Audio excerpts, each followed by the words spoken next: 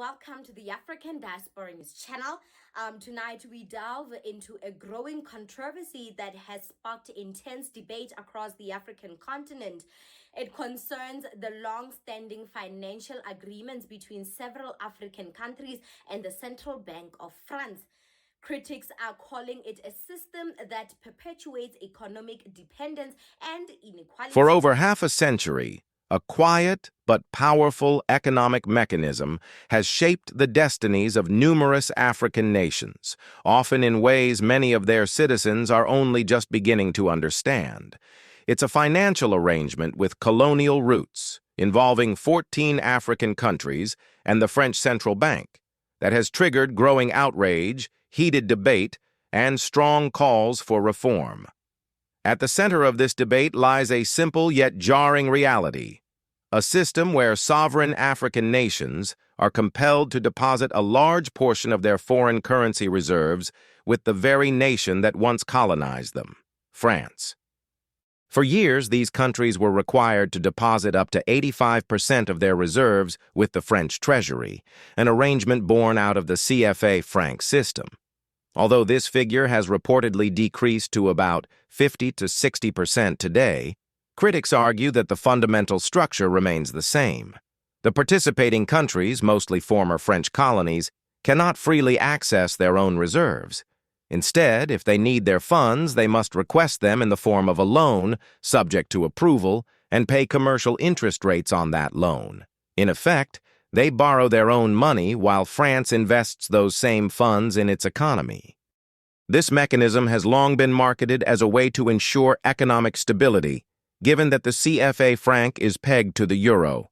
Supporters of the system argue that this provides inflation control and monetary discipline, giving these African countries financial credibility on the international stage. From this perspective, the arrangement prevents reckless monetary policy and protects currencies from wild fluctuations, which could trigger hyperinflation or massive devaluation. However, a growing number of economists, Pan-Africanists, and civil society leaders are challenging this narrative. They contend that the system is a relic of colonialism, an exploitative financial tool that continues to enrich France at Africa's expense. Many argue that it denies African countries full sovereignty over their economic futures, locking them into a cycle of debt, dependency, and underdevelopment. The numbers are stark. France is estimated to hold and invest over $500 billion annually from these African reserves. By investing this money into its own financial markets under French ownership, France reportedly generates massive returns. Figures as high as $300 billion per $14 billion invested have been cited by some commentators. This economic imbalance becomes even more disturbing when viewed against the realities on the ground in many of these African countries.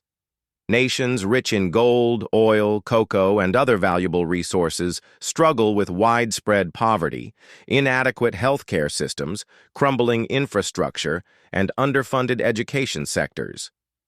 Critics ask, how can countries so rich in natural and human resources remain so poor? The answer, they say, lies in the financial chains that continue to bind them. Some African leaders have begun to challenge this structure openly. Among them is Captain Ibrahim Traoré of Burkina Faso, a young and outspoken leader who has made sovereignty, both political and economic, a cornerstone of his agenda.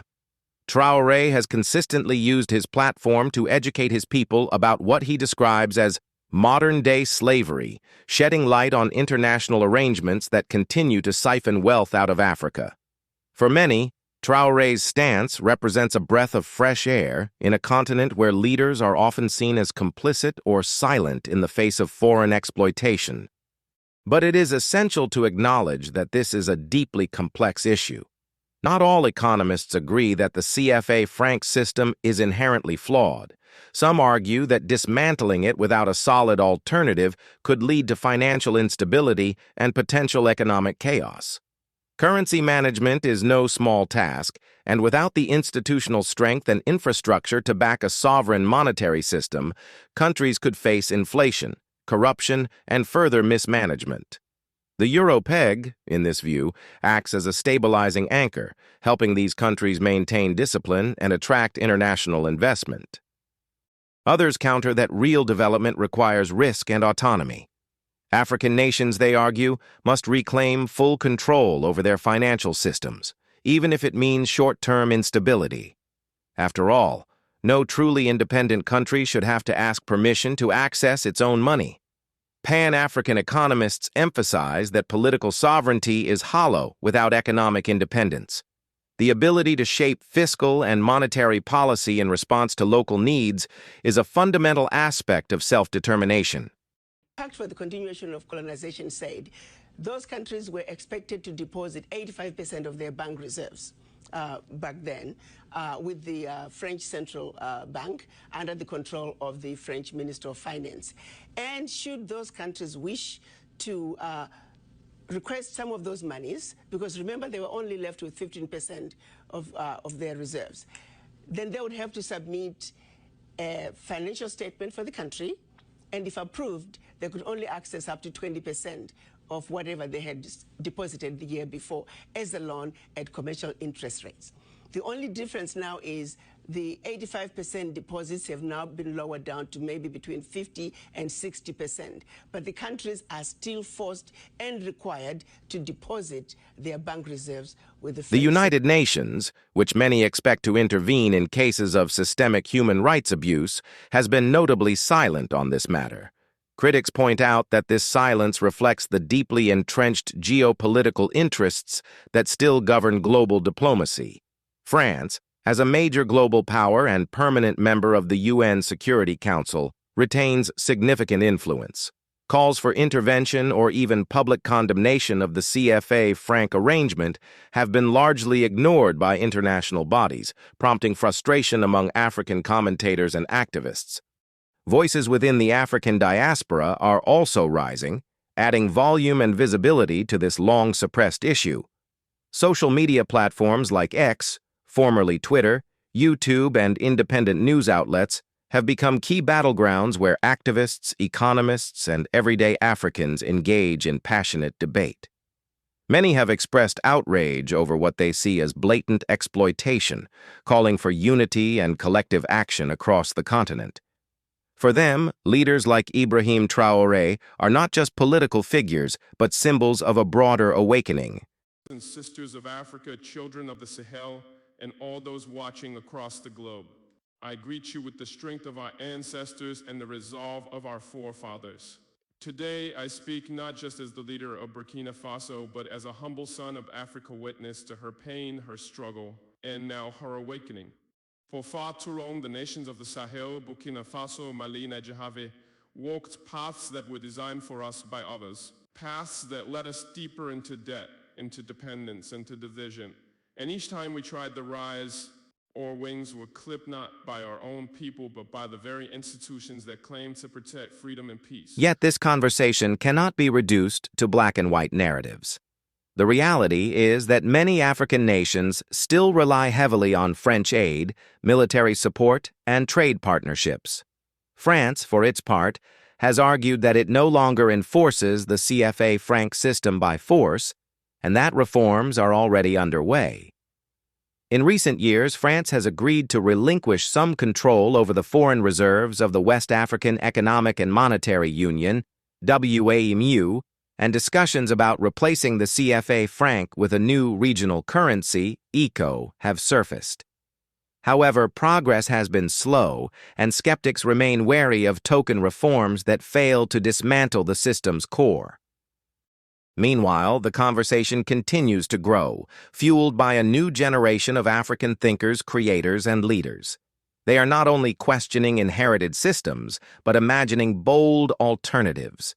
From blockchain technology to Pan-African banking institutions, from regional currency unions to Afrocentric economic models, the solutions being proposed are as diverse as the continent itself.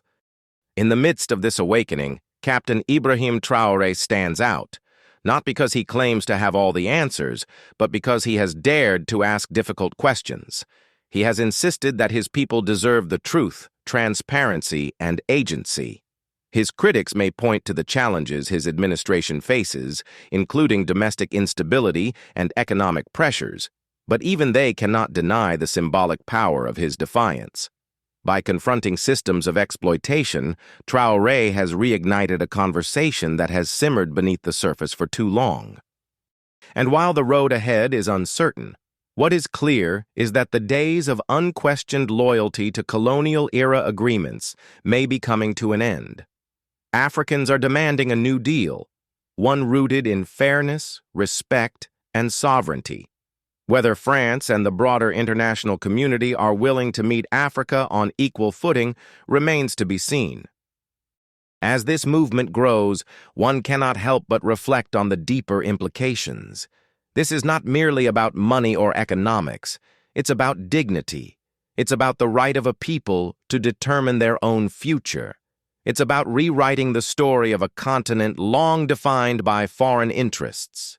And it's about leaders, like Ibrahim Traoré, who are willing to challenge the status quo, no matter how deeply rooted it may be. To those following this discussion across the continent and in the diaspora, this is a moment of reckoning. The time has come to look inward, to build structures that serve African interests, and to stand firm in the face of historical injustices that continue to shape the present. Africa is not poor. It is being impoverished.